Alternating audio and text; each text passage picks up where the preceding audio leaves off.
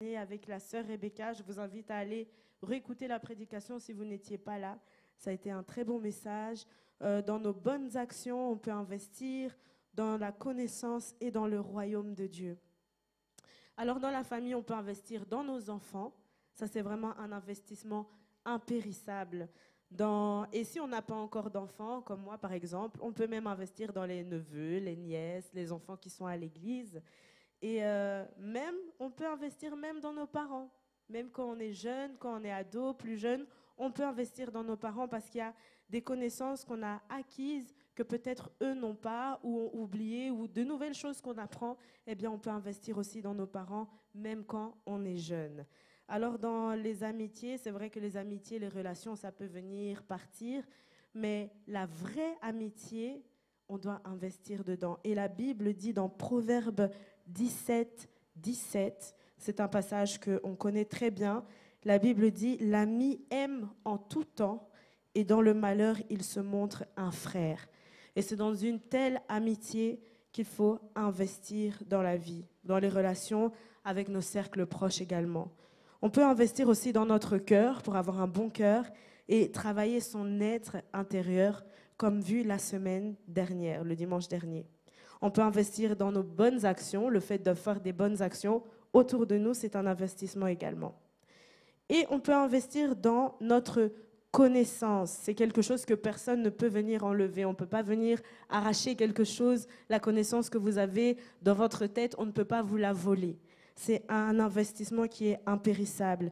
Et la parole dit dans Proverbes 15, 14, qu'un cœur intelligent cherche la science ou la connaissance, mais la bouche des insensés se plaît à la folie. Donc la Bible nous invite aussi à acquérir de la connaissance. Et comme on a dit, on peut investir aussi dans le royaume de Dieu. Et aujourd'hui, nous allons nous pencher, je pense que si vous avez entendu plusieurs de mes prédications ou enseignements, vous savez que j'aime beaucoup le thème des saisons ou le thème des étapes de la vie. Et nous allons nous pencher là-dessus aujourd'hui. Et nous allons voir que dans chaque étape de notre vie, nous sommes appelés à investir, soit en nous-mêmes ou soit dans les personnes qui sont autour de nous, dans l'Église, etc. Donc, dans chaque étape de notre vie, nous sommes appelés à investir. Nous avons eu à investir pendant les années précédentes. Ce n'est pas parce qu'on n'avait pas le thème de l'investissement que personne n'a investi dans sa vie, non. Nous avons investi jusqu'à aujourd'hui, mais parce que nous avons le thème de l'investissement, ça doit être intentionnel cette année d'investir dans notre vie et dans la vie des autres. Et donc, voilà, le thème de cette année nous invite à être intentionnel dans notre investissement. Il nous invite aussi à être plus intentionnel dans l'investissement donc personnel, dans l'investissement de nos enfants ou de nos plus jeunes et en leur apprenant aussi comment investir. Donc nous allons nous pencher sur le thème des différentes étapes dans la vie et nous allons voir comment nous pouvons investir. Et donc, on sait aussi que chaque étape dans la vie a son lot de larmes, de joie, de réussite, d'échecs et surtout de leçons à apprendre et que chaque étape est à vivre. Donc, nous allons nous pencher sur 4 étapes dans la vie. La première étape, c'est l'enfance. Et c'est de 0 à 12 ans. Donc, nos enfants, je vois qu'ils sont partis à l'école de dimanche. Il s'agit de nos enfants de 0 à 12 ans. Ça, c'est l'enfance. La prochaine étape, j'énonce juste et après je vais développer. La prochaine étape, c'est l'adolescence de 12 ans à 17 ans. Nous avons aussi plusieurs adolescents ici à l'église. Ensuite, c'est l'étape de la maturité qui est de 18 à 60 ans, mais qui est divisée en 2 étapes aussi. Donc les jeunes adultes de 18 à 30 ans. Moi, je fais partie des jeunes adultes. Et ensuite, il y a l'âge qu'on va dire adulte, c'est de 30 à 60 ans. Et la dernière étape de la vie, c'est la vieillesse, c'est les plus de 60 ans. Et la particularité qu'on a dans les églises, c'est qu'on a des gens qui viennent de tout horizon, tout âge. Donc, on a toutes ces catégories d'âge ici à l'église. Il ne faut pas vous dire, bon, moi, je ne suis plus un enfant, la partie sur l'enfance ne m'intéresse pas. bien peut-être que tu as des enfants ou que tu auras des enfants. Et même si tu n'en as pas, tu peux investir aussi dans la vie des enfants de l'Église. Il ne faut pas te dire que moi, je ne suis pas adolescent, ça ne m'intéresse pas. On peut investir dans nos adolescents et vous pouvez déjà prendre note pour quand vos enfants seront adolescents, ainsi de suite pour l'étape de la maturité et de la vieillesse. Et dans chaque étape, nous allons voir les particularités de l'étape de la vie. Et nous allons essayer de donner quelques exemples sur comment investir en soi-même et comment on peut investir dans ces personnes-là qui sont dans cette tranche d'âge. Je ne sais pas si c'est clair.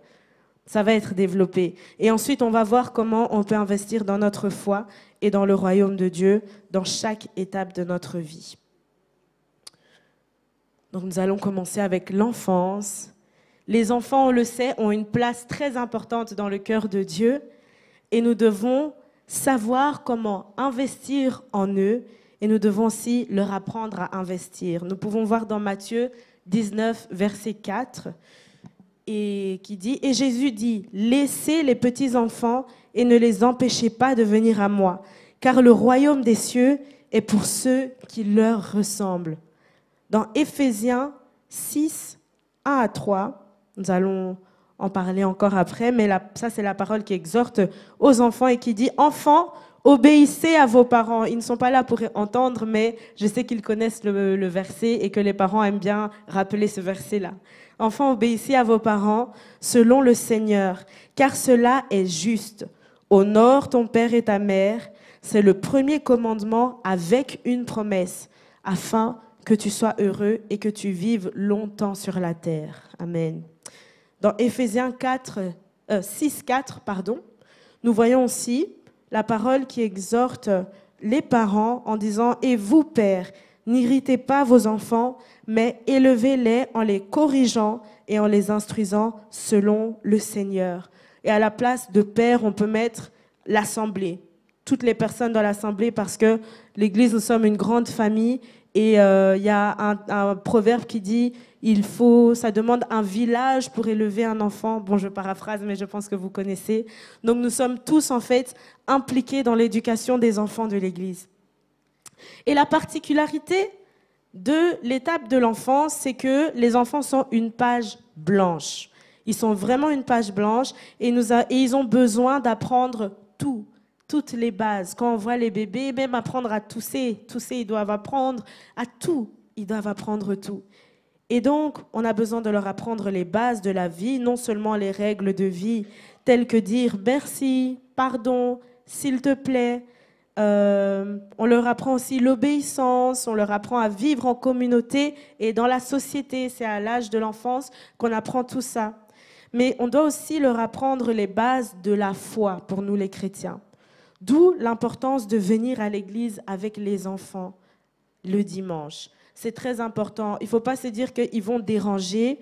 Même s'ils dérangent, c'est ce que le bishop aimait toujours dire, même s'ils dérangent, laissez-les déranger à l'église, c'est mieux. Et comme ça, ils grandissent avec l'habitude d'être dans la présence de Dieu et d'entendre les enseignements. Parfois, on croit que les enfants jouent et n'écoutent pas, mais ils entendent tout. Ils entendent vraiment tout. Ils peuvent vous sortir tout ce qu'on a dit lors du dimanche.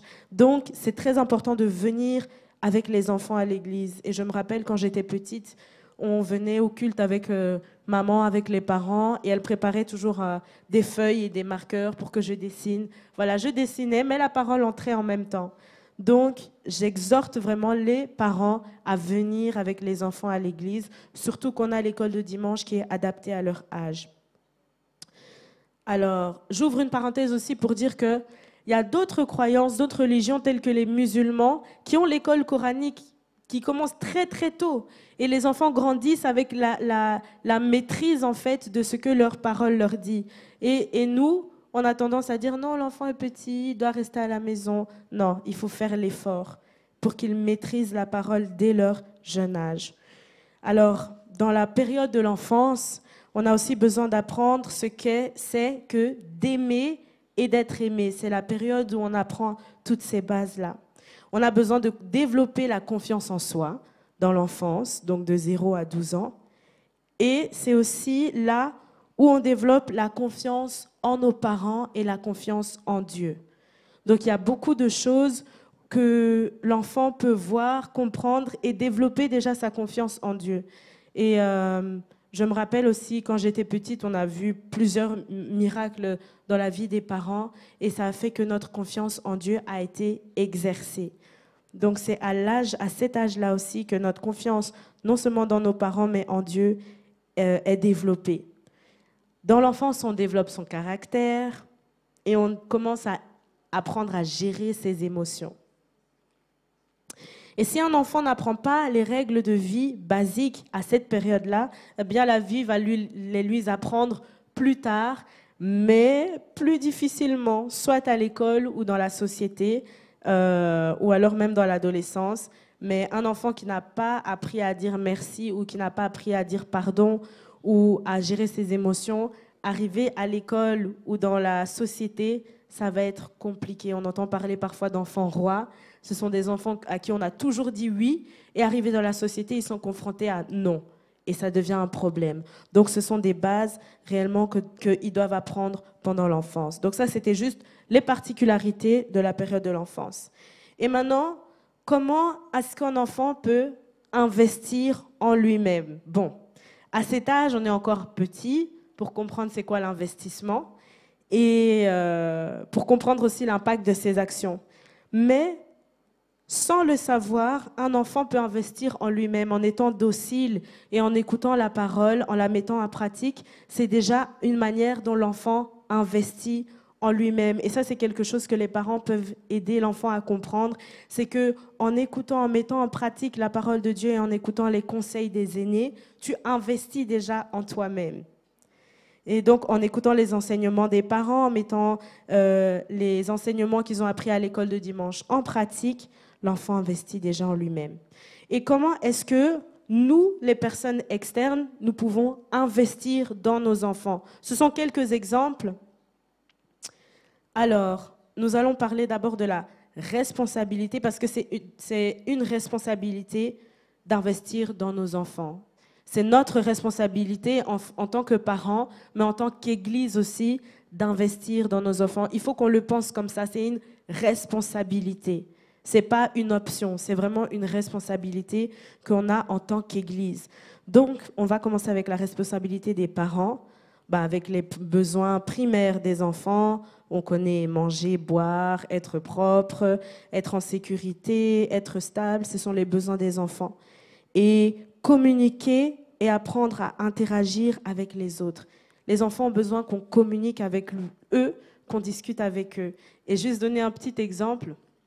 Il y a une fois, un vendredi, je conduisais la prière ici, et mon neveu Dany, il suivait le culte à la maison, et il entend que sa tata chante « Amoureux, je suis amoureux de Jésus ». Puis il dit à sa maman « Mais tati est amoureuse de Jésus, ça veut dire quoi ?» Et donc sa maman essaie d'expliquer, et il répond « Mais moi, je ne peux pas être amoureux de Jésus, c'est un garçon, et moi je suis un garçon, donc ça veut dire quoi ?» Donc les enfants, ils posent des questions, et ça nous pousse à réfléchir, on dit « Ah oui ». Être amoureux de Jésus, comment on peut expliquer ça à un enfant? Eh bien, c'est en communiquant, ils vont commencer à poser des questions et bon, c'est à nous les parents et les aînés de chercher à trouver des réponses. Mais si, par exemple, vous avez un problème pour répondre, il ne faut pas avoir honte de dire à l'enfant, là, je ne sais pas, je vais aller réfléchir, ou vous pouvez venir voir les responsables de l'école de dimanche aussi, poser des questions, ils pourront vous aider sur comment répondre aux questions de vos enfants. Mais les enfants ont des questions parfois compliquées. Alors, la responsabilité des parents aussi, donc dans les besoins des enfants, ils ont besoin d'explorer, de découvrir, d'expérimenter, d'observer et de sortir. Il y a des enfants qui viennent dire « Oh, pendant les vacances, nous, on ne sort pas, on ne fait rien. » Et c'est un besoin des enfants de sortir, de faire des activités.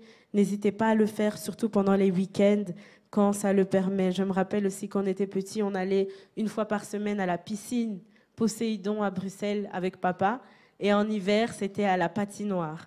Donc ça crée des souvenirs, ça crée de bons souvenirs et ça aide à l'enfant à se développer aussi.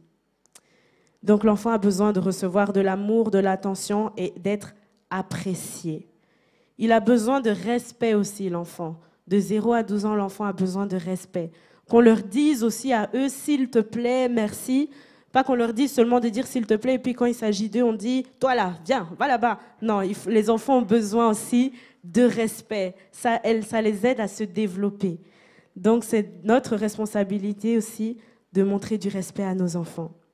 Ils ont besoin d'une routine de vie et d'une routine spirituelle. Donc de savoir que peut-être que c'est le soir avant de dormir qu'on va lire la Bible, on va prier ensemble, et ils savent que chaque soir, c'est ça qu'on va faire, on va prier. Ou chaque matin avant d'aller à l'école.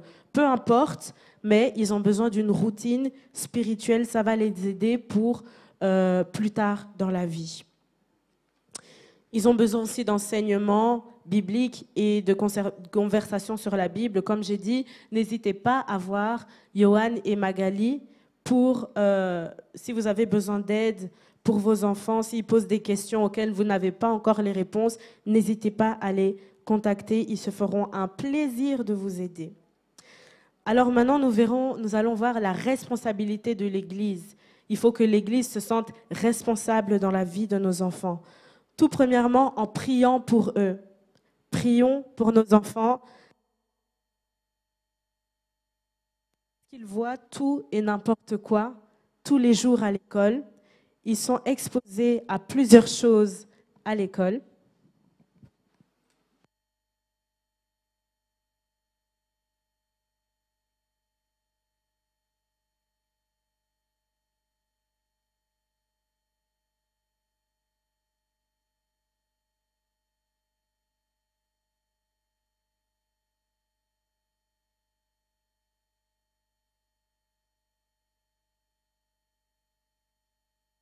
Un, deux, voilà.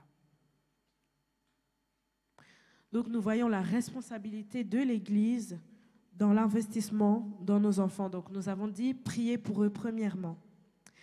Fournir des enseignements adaptés à nos enfants. Ça, c'est ce que l'école de dimanche fait déjà. Fournir des enseignements adaptés pour la vie de nos enfants.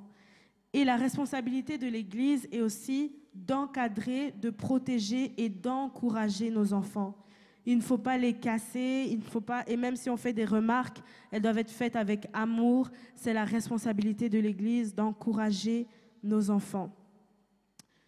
Notre responsabilité aussi est de les écouter. Les écouter, les enfants ont beaucoup de choses à dire et très rarement ils ont la parole. Donc notre responsabilité, c'est de les écouter activement et pas passivement en étant sur le téléphone. Ah, oui, ah, ok. Mais vraiment les écouter activement et leur montrer qu'ils ont toute notre attention. Et la responsabilité de l'Église encore est de pousser nos jeunes gens dans leurs dons et dans leurs talents. Alors maintenant, comment est-ce que les enfants entre 0 et 12 ans peuvent investir dans leur foi? Les enfants peuvent investir déjà dans leur foi en développant une vie de prière et de méditation, comme on l'a dit, encouragée par les parents.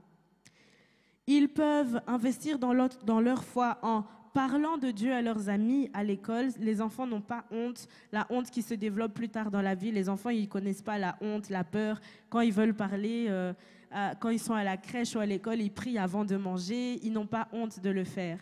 Et ça marque leurs amis. Donc, ils peuvent investir en parlant de Dieu à leurs amis et en les invitant à l'église.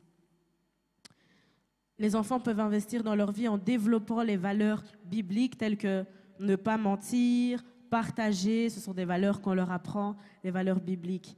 Et les enfants peuvent investir aussi dans leur foi en donnant leur dîme. Par exemple, s'ils reçoivent de l'argent de poche, même si c'est 5 €, ils savent que 50 cents, ce sera pour la dîme. Ou s'ils reçoivent 20 €, ils savent que 2 €, ils gardent pour la dîme. Et j'ai un petit exemple, la fille du pasteur en Allemagne, près de mon école, elle avait reçu de l'argent, je pense, pour son anniversaire ou de l'argent de poche. Et ses parents lui enseignaient à donner la dîme, mais elle hésitait parce qu'elle avait déjà ses plans de shopping en tête et elle savait le montant dont elle avait besoin. Et au final, elle a accepté. Elle est venue donner sa dîme. Et maintenant, quand elle va pour faire les shoppings, il y avait des soldes. C'était même pas la période des soldes, mais il y avait des soldes dans le magasin et elle a pu acheter plus que ce qu'elle avait prévu. Et un petit exemple comme ça l'a marqué. Elle a même témoigné le dimanche pour dire que, en fait, quand on obéit à la parole de Dieu, eh bien, il crée il nous bénit derrière, quoi. Il crée des occasions et elle a été plus bénie que ce qu'elle avait prévu. Donc ça, c'est une petite chose qui l'a marquée et elle sait que donner sa dîme, c'est important et c'est honorer Dieu. Donc on peut encourager nos enfants à donner leur dîme aussi. En donnant leurs offrandes, ça c'est comment investir dans le royaume. Parce que la dîme, c'est pour nous-mêmes, c'est pour honorer Dieu. Les offrandes, c'est pour investir dans le royaume et investir dans l'Église. Donc les enfants peuvent avoir ça en tête aussi. Je prévois mes 1 euro, 2 euros pour investir dans l'Église. C'est important. Même si c'est les parents qui donnent 2 euros arrivés à l'église, ils savent que ce n'est pas pour acheter les bonbons, c'est pour mettre à l'offrande. Ils peuvent investir dans le royaume de Dieu en donnant un coup de main à l'église aussi. Les enfants peuvent monter, faire la vaisselle ou passer un petit coup de balai. Ça leur apprend en fait l'esprit de service. Les enfants peuvent déjà commencer. Et si un enfant prend le balai pour vous aider, il ne faut pas les chasser en disant non. Il faut les laisser pour qu'ils puissent apprendre déjà l'esprit de service dès leur jeune âge. Et puis, ils peuvent investir dans le royaume aussi en priant pour les autres. Ils peuvent apprendre l'intercession aussi à leur jeune âge. Donc ça, c'était pour la première partie, l'enfance. Nous avons vu comment on peut investir dans les enfants, comment les enfants peuvent investir en eux-mêmes et comment ils peuvent investir aussi dans l'Église ou dans le royaume de Dieu. Ça va? Vous n'êtes pas perdus? OK. Nous allons voir maintenant la deuxième partie qui est l'adolescence. C'est de 12 à 17 ans. Je crois qu'il n'y a pas d'ado. Si, il y en a. Il y en a ce matin. Des ados. De 12 à 17 ans. Et nous allons voir dans la parole ce que la parole nous dit. Dans Proverbes 1, 8 à 9. Ça, c'est une exhortation pour nos ados. Écoute, mon fils, l'instruction de ton père et ne rejette pas l'enseignement de ta mère, car c'est une couronne de grâce pour ta tête et une parure pour ton cou. Ça, c'est pour les ados. On va voir, arriver à l'âge d'adolescence, souvent on commence à être un peu rebelle, on ne veut plus écouter les parents parce que les parents ne connaissent rien. Mais la Bible nous encourage à suivre l'instruction des parents. Dans 1 Timothée 5, 1 à 2, la parole dit « Ne réprimande pas rudement le vieillard, mais exhorte-le comme un père. Exhorte les jeunes comme des frères, les femmes âgées comme des mères, celles qui sont jeunes comme des sœurs en toute pureté. » Et là, la Bible parle un peu de toutes les tranches d'âge, mais on exhorte les jeunes gens comme des frères. Nous devons exhorter nos jeunes gens comme des frères et celles qui sont jeunes comme des sœurs en toute pureté. Il faut qu'on puisse les approcher et ne pas les réprimander, mais les exhorter avec pureté. Dans Proverbe 1, 10, ça c'est une exhortation aux jeunes aussi. La Bible nous dit « Mon fils, si des pécheurs veulent te séduire, ne te laisse pas gagner. » Ne te laisse pas gagner. Cher adolescent, toi qui as entre 12 et 17 ans, si des pécheurs veulent te séduire, ne te laisse pas gagner. C'est une phase de la vie qui est très importante et qui est cruciale dans notre vie et dans la vie du chrétien. Donc les particularités de l'adolescence, on cherche à découvrir qui on est, ce qu'on aime et ce que l'on veut faire plus tard. On cherche à se détacher un peu de l'influence des parents et on cherche à trouver son individualité. Cependant, on est très influençable par le groupe et parfois par des mauvaises personnes et on veut trouver sa place dans le monde. L'adolescence est une période vraiment compliquée.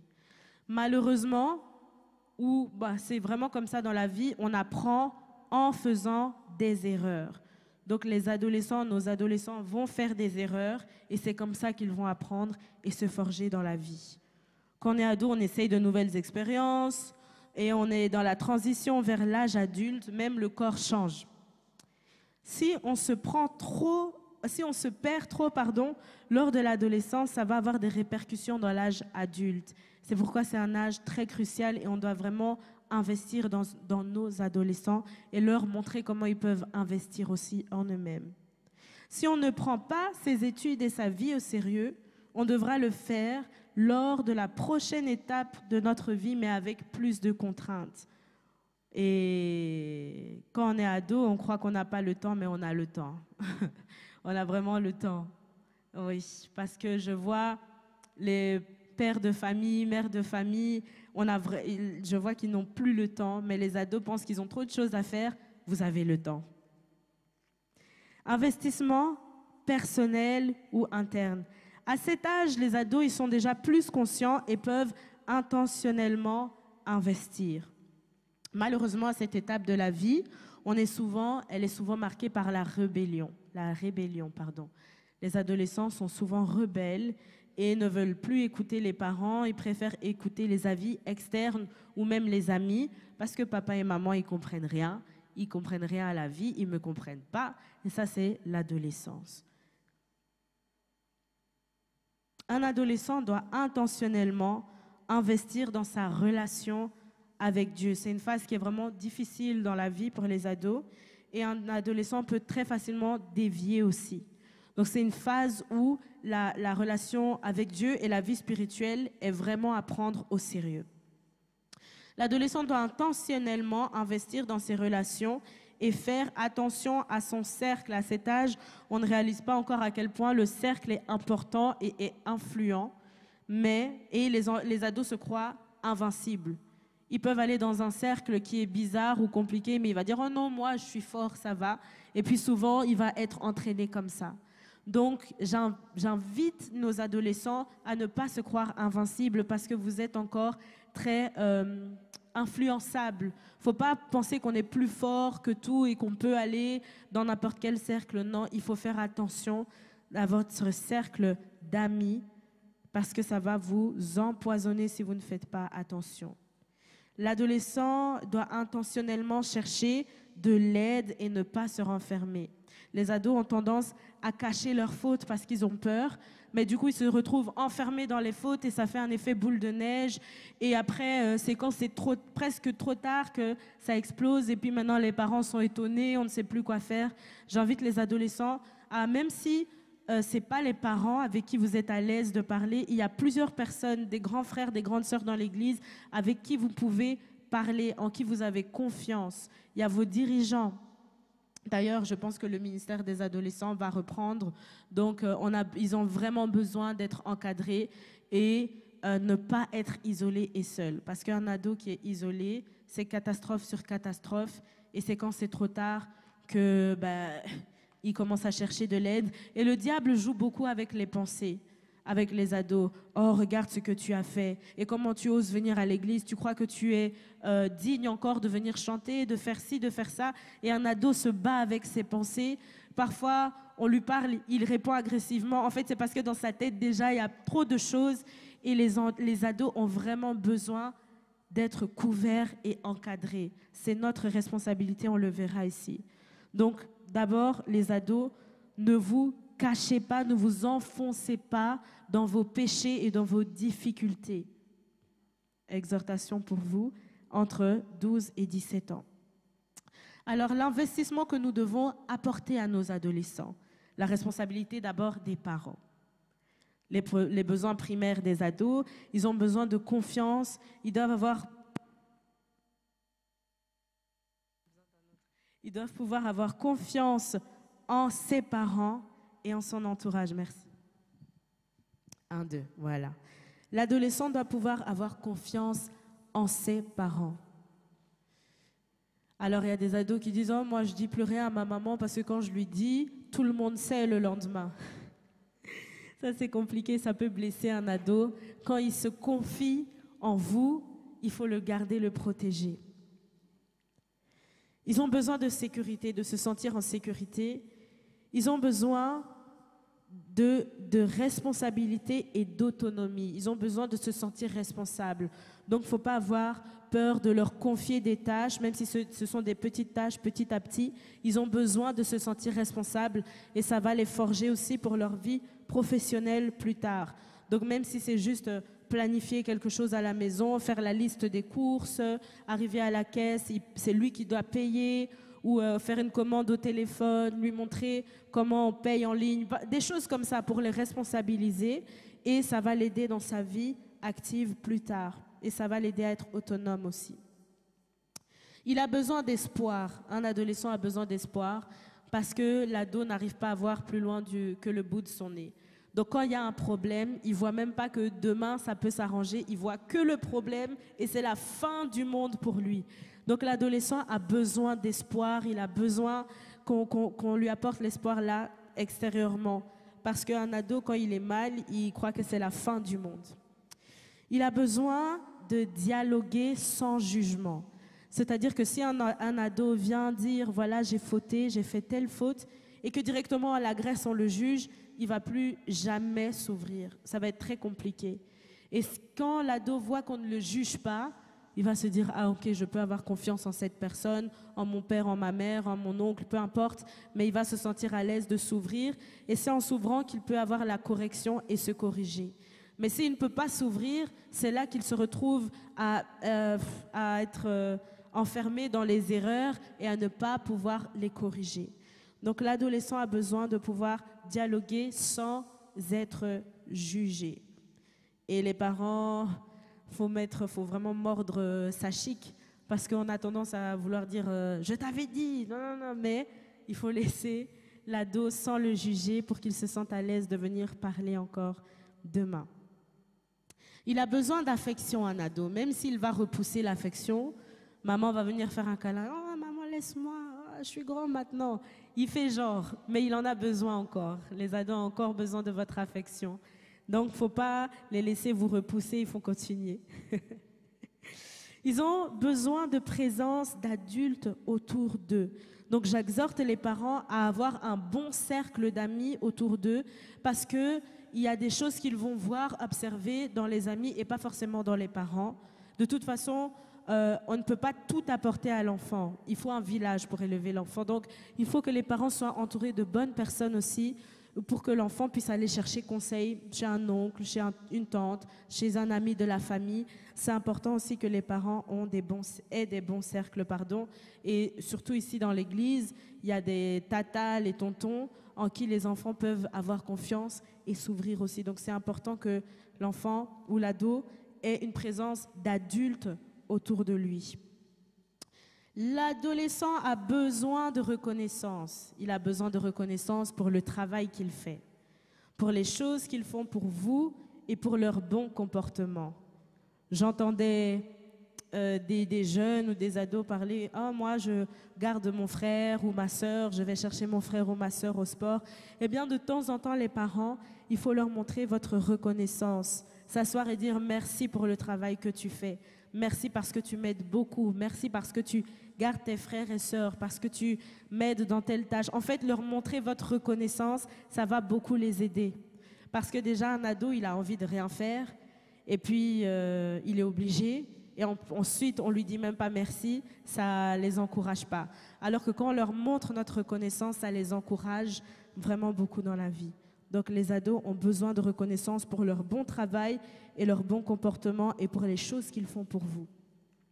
Les ados ont besoin d'appartenir à un groupe, que ce soit avec des activités extrascolaires ou de faire partie du groupe de l'église. En tout cas, ils ont besoin de voir des gens, de faire des activités. Un ado, on ne peut pas l'enfermer à la maison. On ne peut pas. Il est obligé, il doit faire des activités, il doit être en mouvement.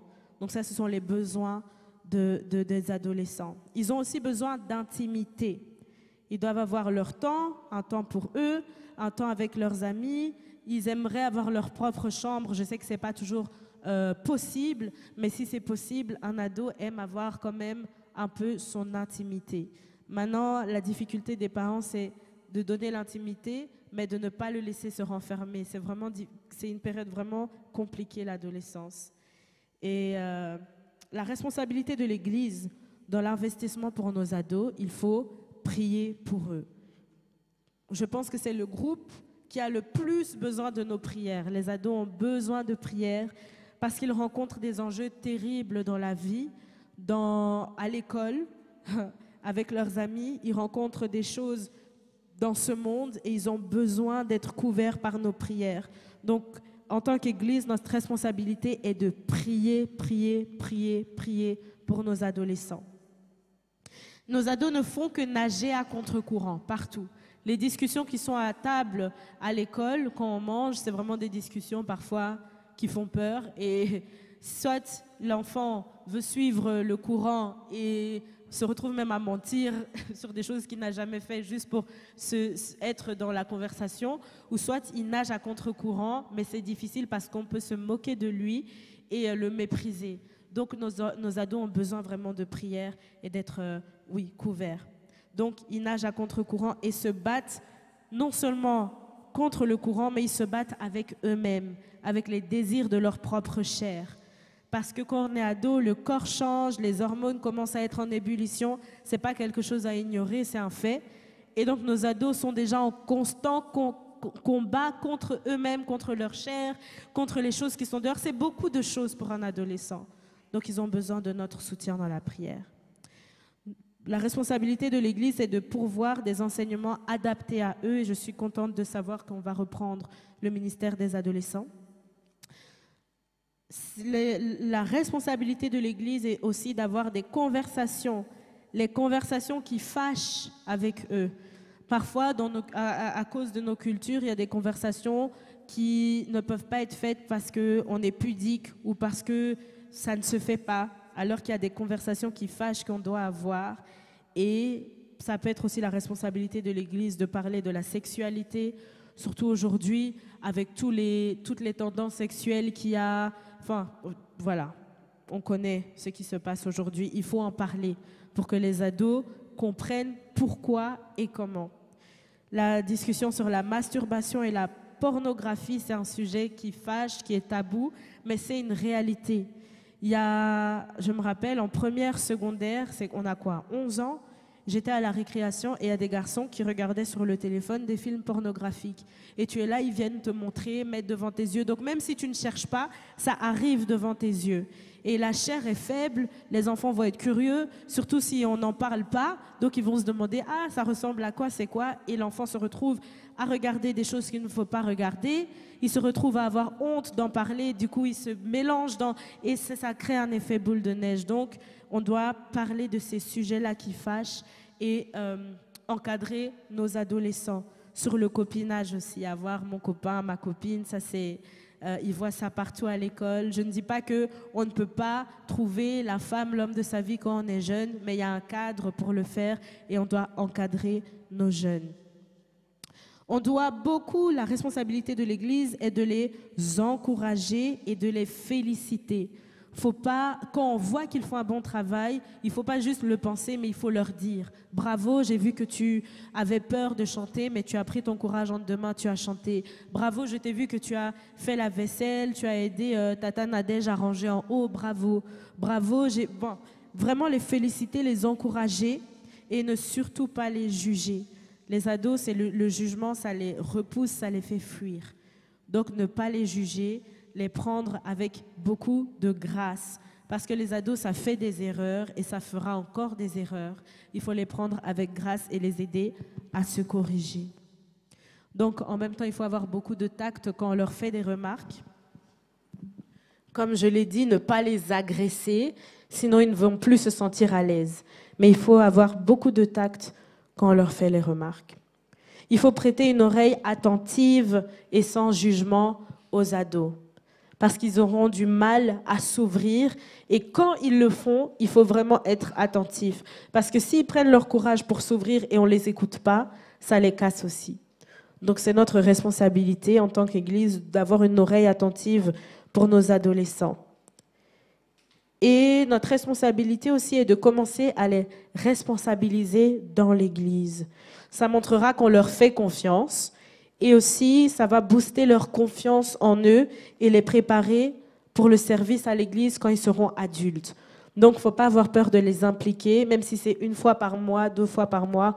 Impliquons nos adolescents pour qu'ils soient non seulement boostés, qu'ils aient confiance en eux, mais qu'on leur montre qu'on a confiance en eux et en leur capacité.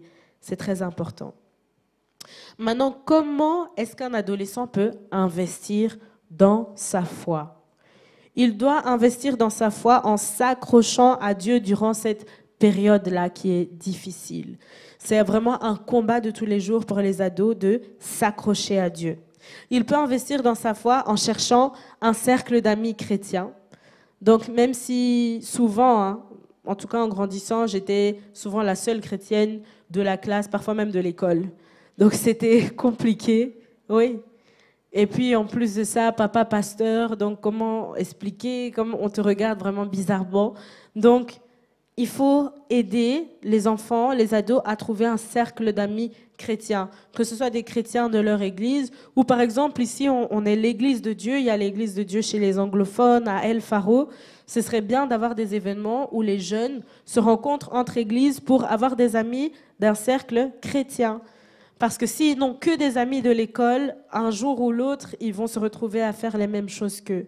Mais s'ils ont un cercle d'amis chrétiens, ils peuvent s'encourager et s'élever ensemble.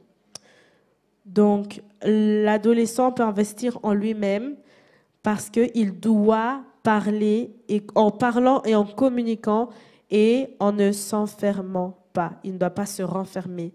Cher adolescent, si tu veux investir en toi cette année 2023, il faut parler, communiquer et ne pas se renfermer sur toi-même en fait. C'est très difficile, c'est plus facile de le dire que de le faire, mais si tu veux investir en toi en 2023, tu es obligé, tu dois communiquer, parler et chercher de l'aide si tu te retrouves dans un péché, dans un vice ou dans quelque chose que tu n'arrives pas à faire toi-même. Il y a de l'aide autour de toi et il faut chercher de l'aide. Un adolescent peut investir en lui-même en priant et en méditant. Et ça existe, des lecteurs de la Bible chrétiens pour les ados.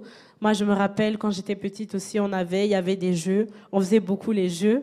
Et il y a les méditations adaptées à l'âge des adolescents. S'ils ne savent pas comment lire la Bible encore, vous pouvez chercher les lecteurs bibliques pour les adolescents. Ça va les aider beaucoup. Donc ils peuvent investir dans leur foi en invitant des amis à l'église et en parlant de Dieu. Là, les ados peuvent commencer à jeûner et à prier. À partir de 12 à 17 ans, je pense qu'on peut, même si le jeûne au début, ce sera juste sauter un repas, c'est déjà un jeûne et ça leur apprend de jeûner et de prier. Un ado peut investir dans sa foi en donnant ses dîmes, de son argent de poche ou bien de son job étudiant. Ça leur apprend aussi à respecter la dîme. L'adolescent peut investir dans le royaume de Dieu en donnant leurs offrandes et en servant dans un ministère. Quand on est ado, on peut déjà s'intéresser, servir dans un ministère. Moi, j'ai commencé dans mon adolescence à conduire la louange. Et donc, l'adolescent, s'il est sûr de sa foi, s'il a vraiment choisi de suivre Dieu, il ne faut pas hésiter à les encourager au baptême et puis ensuite de servir dans un ministère. C'est la meilleure part. Donc en servant dans un ministère, et il peut investir dans le royaume en priant pour les autres, en faisant l'intercession. On peut sensibiliser nos adolescents déjà à l'intercession. Donc voilà, ça c'était la partie des adolescents. Si vous n'avez pas encore d'adolescents, prenez note pour pouvoir investir dans les autres adolescents de l'Église. C'est notre responsabilité. La troisième étape, c'est la période des jeunes adultes. Donc, c'est entre 18 ans et 30 ans. Et nous allons lire un peu la parole dans 1 Timothée 4,12. 1 Timothée 4,12.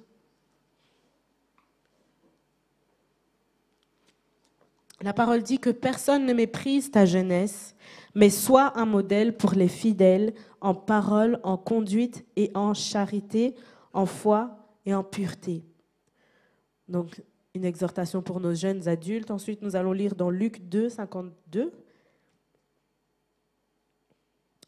Luc 2, verset 52. Et Jésus croissait en sagesse, en stature et en grâce devant Dieu et devant les hommes. Nous sommes invités, les jeunes adultes, à croître en sagesse, en stature et en grâce. Proverbe 1, verset 7. Ça, c'est pour les jeunes adultes aussi. La crainte de l'Éternel est le commencement de la science. Les insensés méprisent la sagesse et l'instruction. La crainte de l'Éternel est le commencement de la science. Ça, c'est un encouragement pour nos jeunes gens qui sont aux études.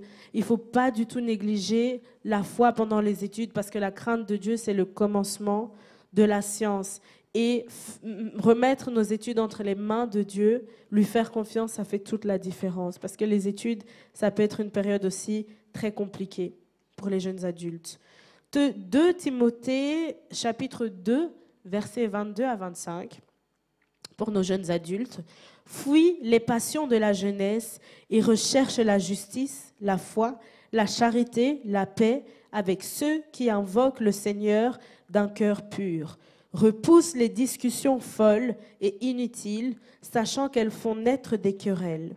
Or, il ne faut pas qu'un serviteur du Seigneur ait des querelles. Il doit au contraire avoir de la condescendance pour tous, être propre à enseigner, doué de patience. » Donc, nous sommes en fait encouragés à fuir les passions de la jeunesse et à rechercher la justice, la foi, la charité, la paix, et à repousser les discussions folles et inutiles.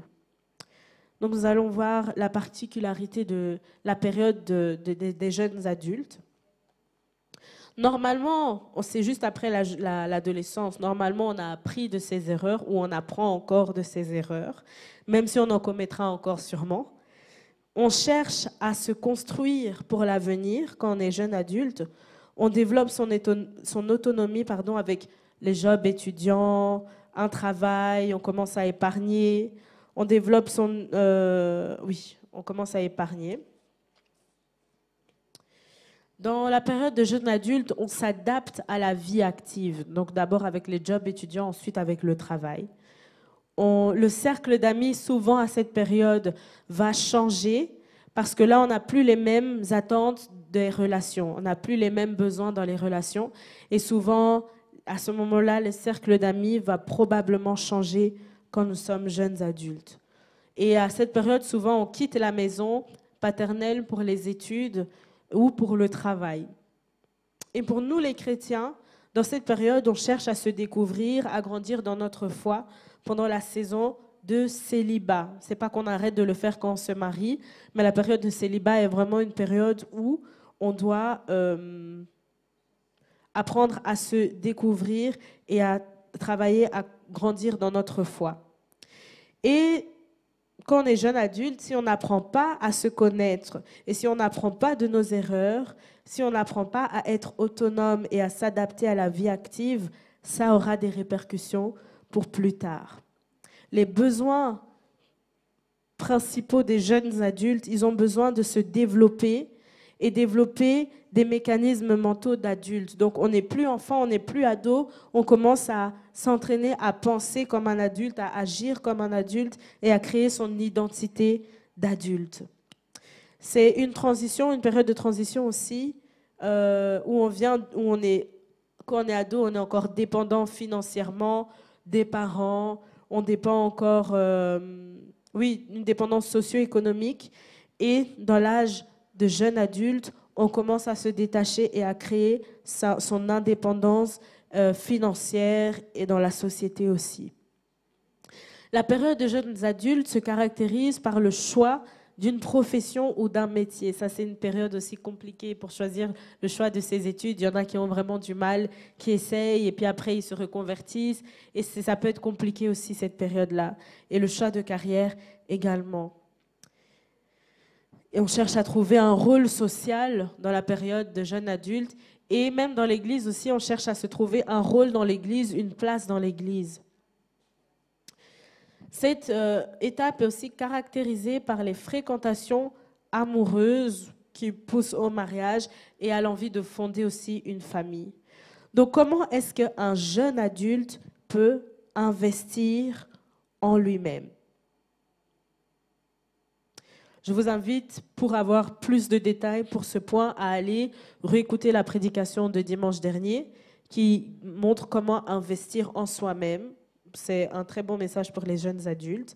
Mais donc, on doit investir non seulement dans nos capacités et dans nos connaissances, dans nos études, mais on doit surtout investir dans notre être intérieur. C'est vraiment la période de la vie où on a appris, où on a commencé à acquérir des connaissances, on se découvre et on doit investir dans notre être intérieur. C'est souvent la période où on va prendre du temps pour guérir des blessures de l'enfance qui sont inévitables.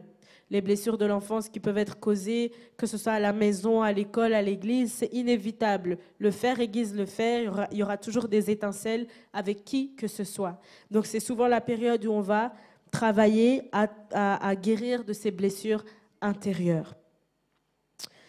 Et donc on doit surtout travailler son être intérieur. C'est le moment où beaucoup de choses se jouent et c'est un moment à ne pas prendre à la légère, la période de jeune adulte. On peut investir en nous-mêmes en demandant de l'aide à nos aînés, aux aînés dans la foi, mais à nos aînés aussi. C'est une période où on doit essayer de nouvelles choses, expérimenter, bien sûr dans un cadre et avec des limites, mais les jeunes adultes, c'est une période où on doit investir en nous-mêmes en essayant de nouvelles choses, en essayant d'apprendre des nouvelles compétences, en apprenant une nouvelle discipline. Voilà, on doit vraiment essayer de s'étendre au maximum parce qu'on a encore le temps à cette période-là. Quand on est jeune adulte, on doit créer et investir dans un cercle restreint. On peut avoir beaucoup de connaissances, mais on doit vraiment créer un cercle restreint avec des amis sur qui on peut compter et sur qui eux peuvent compter aussi sur nous. Mais quand on est jeune adulte, on doit vraiment se créer son cercle restreint d'amis et de personnes à qui on peut avoir confiance et avec qui on va évoluer dans la vie. Bien sûr, des gens qui vont nous faire monter et pas nous rabaisser. Quand on est jeune adulte, on peut investir dans sa vie en consultant Dieu pour chaque étape. Le choix des études, le choix du métier, le choix du conjoint. On doit vraiment impliquer Dieu dans toutes nos décisions, dans toutes les étapes des jeunes adultes. On doit se responsabiliser et mûrir et apprendre de ses erreurs quand on est jeune adulte. On doit chercher activement les informations et les ressources et ne pas être passif. Ce n'est pas une période où on doit être passif, on doit vraiment être actif. Chercher, à découvrir, à savoir, poser des questions. C'est vraiment une période où on doit être actif. On doit prendre un temps pour se redéfinir, guérir des blessures et se donner vraiment un temps durant cette période-là. Comment maintenant l'Église et l'entourage des jeunes adultes peuvent investir en eux? Donc les parents et l'entourage. Pour les parents et l'entourage, il ne faut pas croire que quand on devient jeune adulte, on n'a plus besoin de vous, on a appris maintenant la vie. Non, à tout moment de la vie, on a besoin des parents, on a besoin des aînés, on a besoin de vos conseils, on a besoin de votre amour et de votre sagesse. Donc, il ne faut pas vous dire que les enfants sont grands maintenant, ils n'ont plus besoin de moi. On a toujours besoin de vous. Tant que les parents sont là, on a besoin de vous. Donc, pour les parents et pour l'entourage, ne vous dites pas qu'ils sont grands maintenant, c'est bon. On aura toujours besoin de vous, même quand on est jeune adulte. Il faut prêter l'oreille et les guider sans forcément s'imposer. Donc, pour les parents et l'entourage des jeunes adultes, on leur prête l'oreille, on les conseille, mais sans pour autant s'imposer et leur imposer nos choix, parce que ça va créer une dépendance, en fait. Si on n'aide pas les jeunes adultes à prendre leurs décisions eux-mêmes, eh bien, ça va créer une dépendance et pour tout et pour rien, ils vont encore appeler les parents alors que c'est un moment où on doit apprendre à être indépendant. Donc, être présent, mais sans pour autant s'imposer dans la vie des jeunes adultes. C'est souvent une période pour les parents où ils redéfinissent leur relation avec leurs enfants parce qu'ils sont grands maintenant.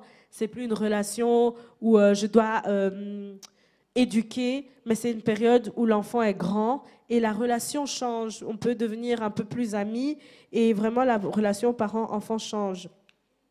Pour les parents, il faut encourager et féliciter les efforts des jeunes adultes, les enseigner et les encadrer aussi dans la gestion des finances. C'est le moment où on doit apprendre à bien gérer les finances aussi et on a besoin d'être encadré pour ça, si besoin. Alors la responsabilité de l'Église pour les jeunes adultes, c'est de prier beaucoup pour eux, pour leur choix des études, leur choix de carrière. Il faut vraiment prier pour les jeunes adultes et le choix du conjoint aussi. Il faut les encourager, les entourer de prières pour ça. Si possible, l'Église peut être aussi un appui dans la scolarité. Si on peut aider en donnant des cours d'appui aux jeunes adultes, ce serait une bonne chose aussi. Les enseigner et les préparer au mariage, les filles comme les garçons. Souvent, on a tendance à faire beaucoup de programmes pour les jeunes femmes, mais les jeunes garçons aussi, il faut les préparer au travail, avoir des conversations ouvertes sur les réalités de la vie. Il ne faut pas que les jeunes adultes soient toujours surpris par la vie et par les choses, mais on peut discuter de la réalité de la vie avec eux et les préparer comme on le peut. Avoir une oreille attentive et vraiment les écouter et essayer de leur donner des réponses qui vont les aider. Pas juste dire « Oh, ça ira ». Oh, la joie du Seigneur est ta force. Ça, ce sont des slogans qu'on lance sans essayer de vraiment comprendre la réalité du jeune adulte. Et en réalité, ça n'aide pas vraiment. Donc, les écouter et vraiment, s'il faut prier avec eux, oui, il faut prier. S'il faut lire la parole avec eux, oui, il faut le faire. Mais il faut surtout aussi les écouter et leur donner des conseils qui seront applicables et pas juste leur balancer des slogans et leur dire que ça ira en tapant sur l'épaule. Non, il faut vraiment les écouter attentivement et être une aide. Leur donner des responsabilités aussi à l'Église.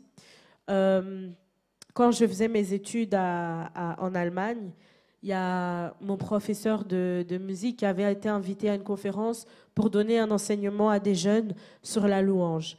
Et il aurait très bien pu le faire. C'était la première conférence où il devait enseigner, mais il a vu le potentiel en moi et il m'a appelé, il m'a demandé de le faire. Pour moi, c'était la première fois de toute ma vie. Je stressais vraiment, mais comme je voyais qu'il me faisait confiance et qu'il croyait en moi, j'ai pris mon courage en deux mains et j'ai été enseigner à une salle remplie de jeunes, mais ça m'a formée en fait. Et ça, c'est un investissement qu'il a fait en moi, que j'utilise encore jusqu'aujourd'hui et qui va me servir dans les prochaines étapes de ma vie.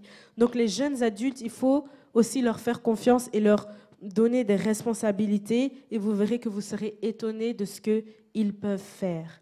Donc avoir confiance en eux et leur donner les ressources aussi nécessaires pour faire les tâches. Alors, comment est-ce qu'un jeune adulte peut investir dans sa foi? Le jeune adulte peut investir dans sa foi en créant une bonne hygiène de vie et une bonne routine spirituelle. Comme on dit, un esprit sain dans un corps sain. Donc, avoir une bonne routine spirituelle par le jeûne et la prière. Les jeunes adultes peuvent investir dans leur foi en intégrant les groupes de prière aussi. Maintenant, à l'université, il y a beaucoup de cercles chrétiens qu'ils peuvent intégrer et ça va les aider à ne pas être seuls, surtout s'ils vont dans d'autres villes. Avant, il n'y avait pas vraiment de cercle chrétien, mais maintenant, il y a vraiment des cercles, des groupes de jeunes, des groupes de prière où ils peuvent être entourés de jeunes chrétiens aussi. C'est la période où les jeunes adultes, vous pouvez aussi commencer à suivre les cours de théologie, surtout quand on en propose ici à l'église. C'est une période favorable en fait à apprendre, surtout quand vous n'êtes pas encore marié, vous n'avez pas encore d'enfants. Profitez à investir à ce moment-là pour approfondir vos connaissances bibliques. Les jeunes adultes peuvent investir dans leur foi également en donnant leur dîme. Et ils peuvent investir dans le royaume en étant impliqués dans l'Église, donc dans leur ministère, en étant un exemple pour les petits frères et petites sœurs. Là, quand on est jeune adulte, c'est entre 18 ans et 30 ans, on a des petits frères et des petites sœurs dans la foi, on doit être un exemple pour eux. En donnant de beaux conseils aux plus jeunes et en s'investissant, peut-être même dans les œuvres caritatives chrétiennes, on peut investir dans le royaume de Dieu, comme ça il y a le plan social, ici à El Shaddai même, où vous pouvez prendre soin de la scolarité d'un enfant. Voilà, ça nous sensibilise aussi à investir dans le royaume. Et ça fait du bien aussi à l'extérieur. Un jeune adulte peut investir dans le royaume en donnant ses offrandes et en donnant un coup de main aussi dans n'importe quel domaine, que ce soit à l'église ou en aidant des familles, en faisant du babysitting, en proposant des services. On a quand même plus de temps que des couples mariés. Donc c'est un moment aussi où on peut investir dans le royaume en soulageant des familles, en proposant de l'aide. C'est aussi un exemple de comment un jeune adulte peut investir dans l'Église et investir dans le royaume de Dieu. Et j'arrive au dernier point, c'est la période... l'avant-dernier point. Okay. C'est la période adulte, de 30 ans à 60 ans. Nous allons lire rapidement Ésaïe 40, 31. Mais ceux qui se confient en l'Éternel renouvellent leur force. Ils prennent le vol comme les aigles, ils courent et ne se lassent point. Ils marchent et ne se fatiguent point.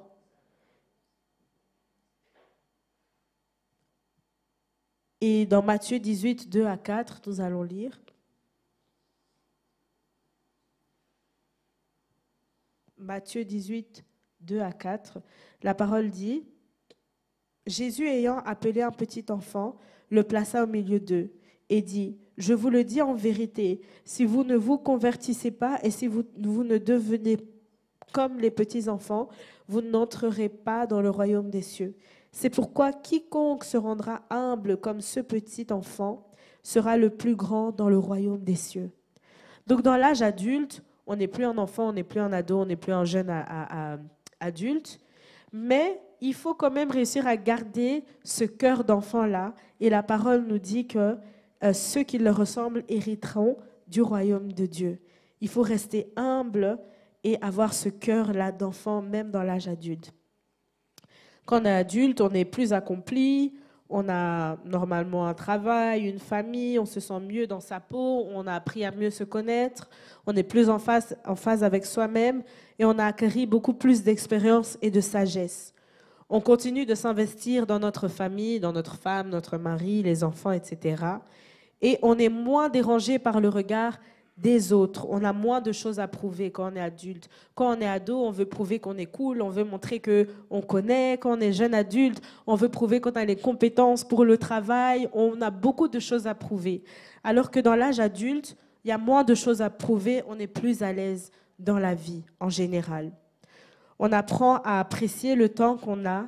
Et si on ne prend pas les bonnes décisions financières à l'âge adulte ou de carrière, ça aura des répercussions aussi plus tard dans notre vie.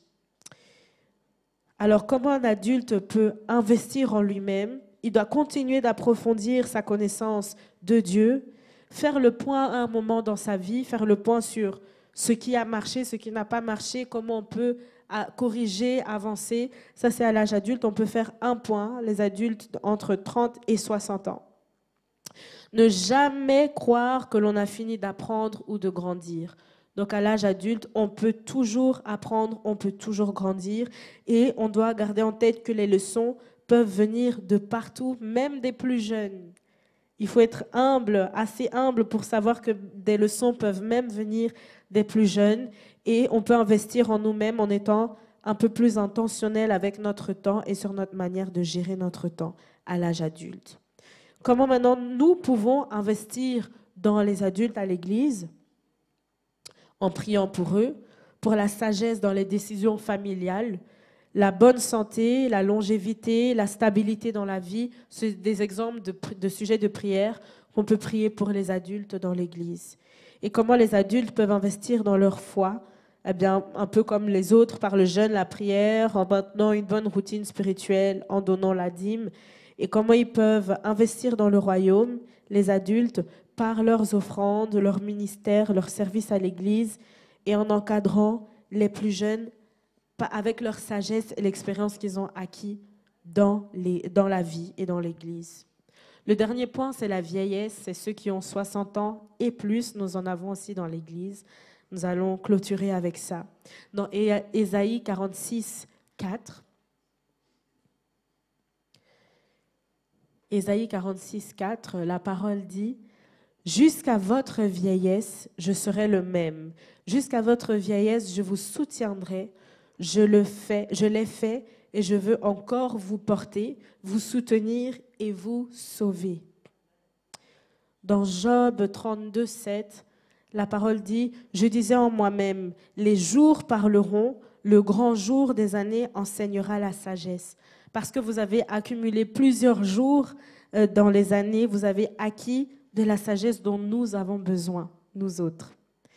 Et nous allons relire, on l'a lu pour le point précédent, mais on va le relire, Ésaïe 40, 31, qui dit « Mais ceux qui se confient en l'Éternel renouvellent leur force, ils prennent le vol comme les aigles, ils courent et ne se lassent point, ils marchent et ne se fatiguent point. » Et c'est ce que nous prions pour les personnes de 60 ans et plus dans notre Église. La particularité de la vieillesse, maintenant l'âge de la retraite varie, on ne sait plus trop, mais normalement on va à la retraite, on commence à profiter un peu plus de la vie, On peut être plus présent pour notre famille, pour les enfants, les petits-enfants. On a de l'expérience et beaucoup de sagesse à partager. Et en tant que chrétien, on est prêt, on s'apprête du moins, je sais que c'est quelque chose qui est dans la tête quand on est dans la vieillesse, à retourner vers le Seigneur et à l'entendre dire « Bon et fidèle serviteur, entre dans la gloire de ton Maître ». Au bureau, une fois, je discutais avec le bishop Graham et sa femme, et c'est un sujet qu'ils ont ouvertement parce qu'ils ont dit c'est une réalité. Quand tu arrives à 70 ans, 80 ans, ben, il faut y penser et il faut s'apprêter aussi. Bon, c'est une réalité dans la vie et c'est quelque chose auquel on peut penser aussi dans la vieillesse. Les besoins des personnes âgées. Même si à 60 ans, pour moi, on n'est pas encore personne âgée, mais dans le fait de délimiter l'âge, ça commence à 60 ans. On a besoin d'estime de soi et d'estime des autres. On a besoin d'être estimé et d'être respecté. Les personnes âgées ont besoin d'être estimées et d'être respectées. Et dans nos cultures même, on doit du respect aux personnes âgées. Et dans la société aussi, quand une personne âgée rentre dans les transports, il faut se lever pour la laisser s'asseoir. Donc on doit du respect aux personnes âgées. Ils ont besoin de sécurité à la maison et à l'extérieur. Ils ont besoin d'amour, d'attention et d'affection. Et ça, en fait, c'est durant toute la vie jusqu'à la fin. Ils en ont besoin de la part de leurs enfants, de leurs proches. Et ils ont besoin d'avoir un sens pour la vie, dans leur vie. Il ne faut pas qu'arrivé à la vieillesse, on se sente inutile parce que les enfants ont grandi, parce qu'on ressent comme si plus personne n'avait besoin de nous. Mais ce qui est bien avec l'appel de Dieu, c'est qu'il n'y a pas de retraite. Il peut y avoir la retraite au travail, mais dans le royaume de Dieu, quel que soit l'âge, on a notre importance, on a notre sens et on a notre travail à faire. Donc pour les personnes âgées, j'aimerais rappeler que votre appel, ce que Dieu a mis en vous, il n'y a pas de retraite pour ça. À votre âge, vous pouvez servir encore et être une bénédiction pour les autres. Et même retourner à l'école, pourquoi pas, apprendre de nouvelles choses, aller à l'école biblique pour approfondir. Il y a beaucoup de choses à faire aussi. Comment une personne dans la vieillesse peut investir en lui-même? Bien, en prenant du temps pour lui, en faisant des activités qui lui font plaisir et surtout en maximisant cette dernière étape-là dans la vie. Et nous pouvons investir dans la vie de nos personnes âgées, donc la famille et les proches, en prenant des nouvelles, en appelant, en prenant des nouvelles, en faisant des activités intentionnellement avec les grands-parents, avec les parents, et en exprimant la reconnaissance. Quand on est enfant, ado, c'est un âge très ingrat. On pense que les parents nous veulent du mal. Du coup, on n'a pas tendance à dire merci. Quand on devient adulte, on commence à comprendre que, en fait, papa et maman, ils n'étaient pas si méchants que ça. En fait, c'était pour mon bien. Quand on commence à avoir des enfants, on réalise que, ok, ils ont fait beaucoup de sacrifices. Donc, c'est un moment où on peut vraiment leur exprimer notre reconnaissance pour tout ce qu'ils ont fait pour nous et pour tout ce qu'ils continuent de faire. Comment l'Église peut investir dans les personnes âgées en priant beaucoup pour eux, pour la santé et pour la force, et en les respectant et en les impliquant aussi dans les choses de l'Église parce qu'on a besoin de leur sagesse et de leur expérience. Comment les personnes âgées peuvent investir dans leur foi? Eh bien, il faut persévérer dans la relation avec Dieu, prier, méditer, jeûner, continuer de donner la dîme, ça c'est quelque chose qu'on doit à Dieu. Et dans le royaume, eh bien, ils peuvent investir en partageant leur expérience et leurs conseils, en intercédant pour les jeunes. On a besoin des prières des parents, on a besoin des prières des grands-parents, on a besoin de vos prières. Donc continuez à intercéder pour nous et en donnant vos offrandes aussi à l'Église ou dans des projets caritatifs. Vous pouvez investir ainsi dans le royaume de Dieu. Alors pour récapituler, je suis arrivée à la fin, je pense que l'équipe de louange peut se préparer. On a vu que dans chaque étape de la vie, dans chaque tranche d'âge, on peut investir. Même les enfants peuvent investir. Et on peut investir dans chaque tranche d'âge aussi. Et à chaque tranche d'âge, on peut investir dans le royaume de Dieu. Donc, juste pour clôturer, nous allons nous lever et nous allons prier. pour que Dieu nous aide non seulement à investir en fonction de notre âge, de la période de notre vie, mais que Dieu nous aide à investir intentionnellement dans nos enfants, dans nos ados, dans nos jeunes gens, dans nos jeunes adultes et dans les personnes âgées à l'Église. Que Dieu nous aide à être intentionnels dans cet investissement, parce que c'est vraiment le thème de cette année et c'est l'attente que Dieu a pour nous durant cette année. Prions ensemble. Seigneur, ce matin, nous te disons merci parce que tu nous as montré pratiquement à quoi l'investissement peut ressembler et nous te prions de nous aider à non seulement investir en nous durant cette année, mais que ce soit le début d'un investissement. Et je te prie également que nous puissions investir intentionnellement dans la vie de nos enfants, de nos adolescents, de nos jeunes adultes, des adultes et des personnes âgées dans l'Église. Seigneur, donne-nous d'être intentionnels dans l'investissement et de ne pas baisser les bras. Je te prie pour les gens, Seigneur, en fonction de leur tranche d'âge, ils traversent des challenges différents. Je te prie de nous aider à tenir bon et à continuer d'investir dans ton royaume, Seigneur, avec les choses que nous avons dans les mains, avec les connaissances que nous avons, avec tout ce que nous avons. Donne-nous, Seigneur, d'investir dans ton royaume et de chercher premièrement ton royaume et ta justice. Et nous savons que toute autre chose nous seront données en plus. Au nom de Jésus, nous avons ainsi prié. Amen.